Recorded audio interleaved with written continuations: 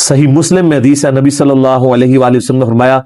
قیامت والے دن جس کے عمل نے اسے پیچھے کر دیا اس کا نسب اسے آگے نہیں لے کے جا سکے گا۔ سر یہ ذہن میں رکھیں، جو لوگ کہتے ہیں نا ہم سید ہیں، شاہ جی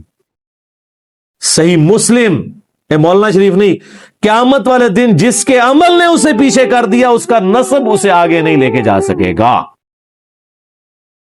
اب آپ کو وہ حدیث سمجھ آئے گی جو بخاری مسلم دونوں میں ہے، اے میری بیٹی فاطمہ، میرے مال سے جو تو نے لینا ہے مجھ سے لے لے، اگر اللہ کے حضور پکڑی گئی تو میں تیرے کچھ کام نہیں آؤں گا۔ اچھا یہ صرف فاطمہ کے لیے نہیں ہے، پھر نبی علیہ السلام نے کہا اے نبی کی پھوپھی تو بھی سن لے، اے نبی کے چچا تو بھی سن لے، اے نبی کے خاندان والوں تم بھی سن لو۔ حضور نے ایک ایک کو مخاطب کیا ہے، کیونکہ قرآن میں آیت نازل ہوئی تھی نا کہ اپنے قریبی رشتہ داروں کو ڈر سنائیے، تو اس ڈر میں آپ نے اپنی پھوپھی کو مخاطب کیا، اپنے چچا کو مخاطب کیا، اپنی بیٹی کو مخاطب کیا۔ اچھا یہ جو آج ہمارے انڈیا پاکستان بنگلہ دیش کے مسلمانوں کو یہ شفاعت کا کنسپٹ ہے، تو یہ یار مطلب صحابہ اور اہل بیت کو کیوں نہیں تھا سمجھ آئی کہ یہ شفاعت جو کچھ بھی ہے تیرے محبوب کی امت سے ہے؟ کوئی ضعیف روایت بھی ہے کہ جو کچھ بھی ہے تیرے محبوب کی امت سے ہے؟ کسی صحابی کا قول،